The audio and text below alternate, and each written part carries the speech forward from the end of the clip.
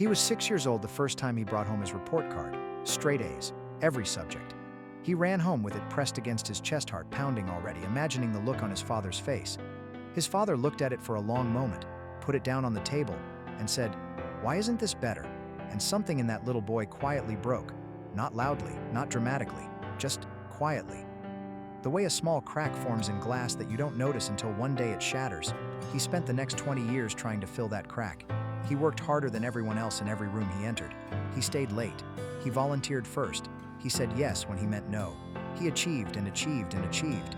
And every time he did, he looked around for that feeling of finally enough. It never came.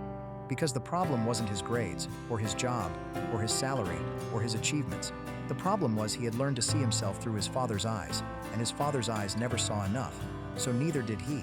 He dated women who reminded him of that feeling, always slightly out of reach, always slightly disappointed, always needing him to be just a little more. He chose friends who needed him to be useful, to want him around.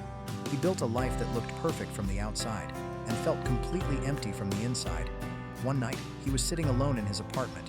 Expensive furniture, city view, everything he thought he wanted, and he just sat there and cried. Not because something happened, but because nothing did. And he realized he had been running so long he forgot what he was running toward. He called his therapist the next morning. It took 2 years of work, 2 years of sitting with the uncomfortable truth that the voice in his head telling him he wasn't enough wasn't his voice. It was borrowed from a man who was also broken, who also never heard those words, who didn't know how to give what he never received. And when he finally understood that, something shifted. He started doing things not to prove something, but because he genuinely wanted to. He started saying no without an explanation. He started sitting in silence without feeling like he was wasting time. He started looking in the mirror, not searching for flaws, but just looking, just existing, without needing to earn it.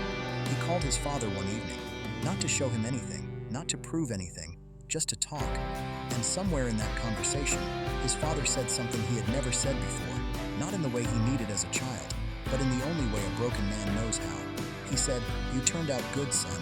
It wasn't the words he waited 20 years for, but it was something, and he realized he didn't need them anymore, not because the wound disappeared, but because he had learned to be the father to himself that he never had. To tell himself, "You worked hard today, that's enough. You showed up, that's enough. You tried, that's enough. You are enough." Not because you achieved something, not because someone finally approved, not because you proved them wrong, but because you exist. And that has always been enough. This one is for every boy who grew up feeling like he had to earn the right to take up space. You don't. You never did.